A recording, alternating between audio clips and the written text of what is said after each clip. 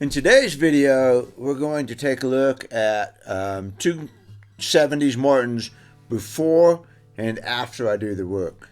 So I have a 72, I think it is, D28, and then a 70s. I think it's a little bit of a later 70s. I think it's a 79 D18. But the point is, I'm going to show you what these guitars sound like when they come into me. And a lot of people will say that, why don't you do an A-B before and after? Okay, well, first of all, when they come in, they usually play terrible. You know, they've got a high action, they're in bad need of a neck reset, they have no saddle on them. If they play good, I consider recorded, but most of them have a really high action. And it's hard for me to even play a guitar like that. I'm certainly not going to get enthusiastic about it. So right away, my attitude is bad.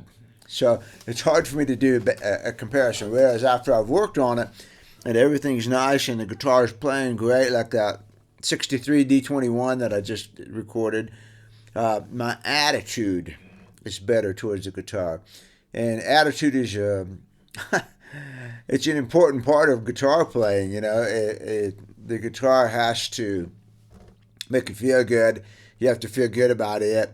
You have to have some sort of bond with it. If you have that, I am pretty firmly convinced that you will play it better. Consequently, you sound better. So, it's just that when guitars come in, generally, I don't like them right off the bat. So, but these two are different in that the actions are pretty good right now. This one's just a little bit high, but it's playable for me. So I think this is a good chance to show you two guitars that are not too bad. They're going to get a little work done to them. We're going to compare them to my shop guitars. One of them is a 73 D28. That's not mine. It's a customer's. One of these days he's going to pick it up, and I'm going to be heartbroken because that one turned out to be a really, really good example of what I try to do when I work on these 70s. But I still have it over here. So we're going to use it as a comparison because that's why he left it with me. He said, I want you to use this guitar in your videos and I want to hear it change over time. Great, you know.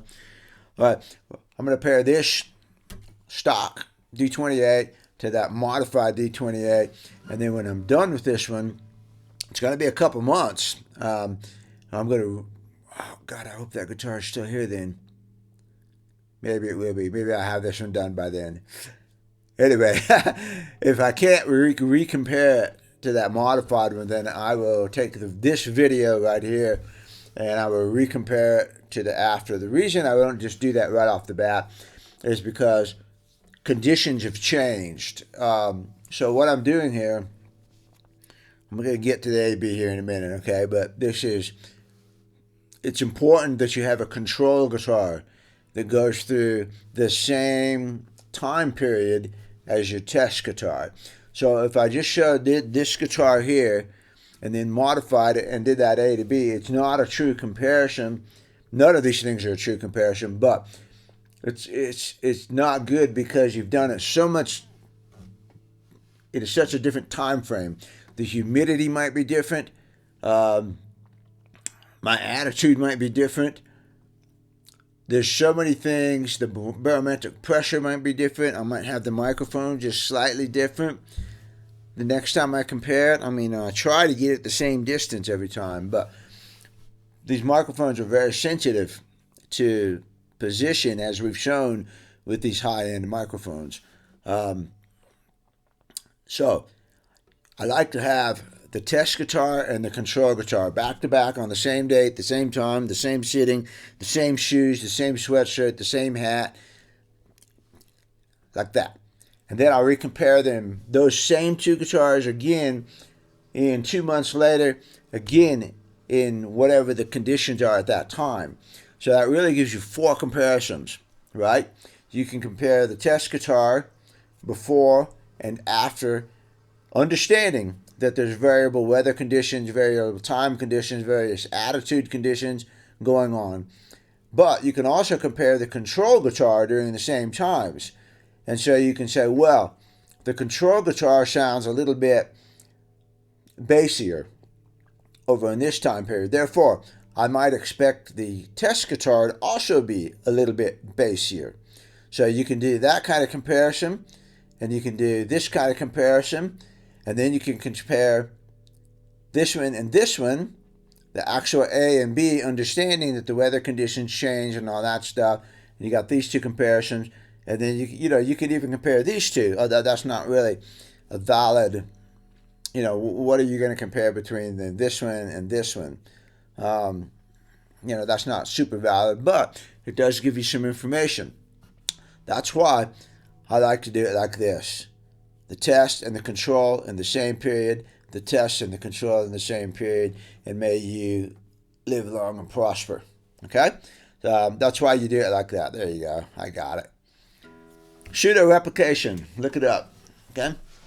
All right, so with all that talk being out of the way, here is a fairly unmodified stock 72 D28.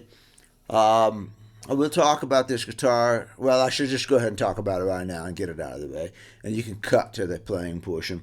The only change that I see on this guitar is that it has ebony bridge pins in it, which is not a huge big deal. And the owner replaced the tuners, the Grover Rotomatics, with some kind of tuners I've never heard of, ratio tuners. I'm not exactly sure what those are, but they're pretty close to the Grovers as far as the weight. The guitar is wanting to fall off my lap like this. It's got that weight on the headstock. This one has nickel bronze strings, I guess. They're nickel alloy anyway. But the saddle height is pretty good. The action is pretty decent. And the frets are really rough edge, so it's been dry at some point, or whoever did the frets didn't do a very good job of beveling them in. But it's got the stock bridge plate, the popsicle brace. The bracing is unscalloped. It's basically more or less an unmolested 73 D28. And the other guitar that we're going to look at, the other 73 D20, is completely modified. Completely. Tuners, and the nut spacing is wacky on this thing. The E and the A are like so close together, I could almost play them together like a mandolin, which some people do, I could put a finger down like this and play both strings at one time. When I get over to the D and the G, they are way apart. I can easily put my pinky in between there and not fret either one. But up here, there's no way I can do that. I'm fretting one or the other. So that spacing is wacky for me. That drives me crazy. Putting a B7 chord like that, I can't get my finger to clear the next string without doing a radical movement like this, which is not natural or comfortable to me. I want to put my hand down, I want to be comfortable, and I can feel all the bass strings touching the other pad of my finger. So for swing chords, that would be a real pain in the butt, I can tell you right now, unless I wanted to dampen them. So, which I can do anyways. Anyway, the other 73 is completely modified. It has different tuners. It has a different nut. It has brand new fresh frets on it. It has very little neck relief. It has a popsicle brace out. It has scalloped X braces. It has a fancy rosewood bridge plate, I believe. Tuners, long saddle, pick guard, the works. And a beautiful action on it. And a great neck. This is a good neck. Well, we're going to play them. Then I'll talk about the D18s when I get to them. They're going to be pretty much the same deal. So, finally, let's play this guitar. Ready?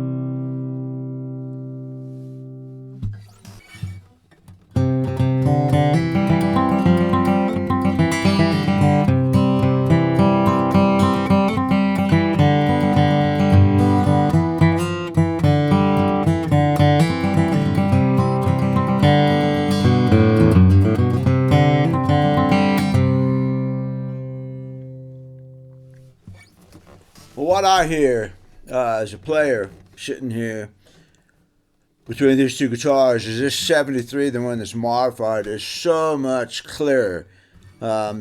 Each note comes out as what I commented on the 63 D21. It just blew me away how clear each note could be. When I play the unmodified one, it's a mush of sound. It's a roar of sound. You know, individual parts of it sound pretty good. The bass sounds good. It's got really good sustain in it. I don't think you need too much sustain on a flat picking guitar. That's where the notes all mush together and you get this indistinct roar. I don't like that. I like a clear, the right amount of sustain, you know. And so what I hear in this, especially on that cross picking thing, this is just so much easier to pull the notes that I want out of it. And then the rhythm part, the little strummy part, is kind of back in the background here, you know. And my lead notes, my melody notes, I can bring them up. And I can't quite get that out of the unmodified. It's all kind of a even mush. It's not bad. I mean, you know, the guitar sound, that other one sounds pretty good. It's got some potential to it. And if you liked that mushy sound, that combined sound, I guess, you know, it's like a stew. Yeah, everything's mixed in. If you like that sound, some people do, then you might like that one better. But I like the separation, the individual sound, and the ability to pull the notes up out of the mix as I want. And so that's what I hear in that, in this one. This one's also set up a lot better. The action's a little bit lower. It definitely plays in tune better. I mean, I heard that immediately doing the chord thing and the swing chords. The notes are just in tune. It's a sweeter sound and better. And this guitar, yeah, like I've said every time, has a wonderful neck on it. So you listen, you see what you think. Okay? This is a 79 D18. And again, it is pretty stock. It's got the stock tuners on it. The nut has been replaced. It looks good, but the spacing is a little bit wacky. Not terrible. I could do better. This was better than the D28 as far as the nut spacing goes. It's got a little too much neck relief in it. Not too terrible, you know. Not terrible. 79, they're starting to get it right. The bridge is just a little bit out of position. Not bad. It's got a very, very sharply compensated saddle on it. But they did the G and the B wrong. They've got the G and the D back as far as they'll go. They need to be as far forward as they go. And it's just a brutally sharp edge back here on the E and the A. It's a knife edge, which should be a little bit rounder. That's why people don't like compensated saddles very much. The B is pretty good. The E is okay. Saddle is a little bit low, but it's acceptable. The action is good. It's got the popsicle brace. It's got the big rosewood bridge plate, non-scallop bracing, stock pickguard. So pretty much stock. This is what I would call a fairly well set up stock 79 D18. So let's see how it sounds.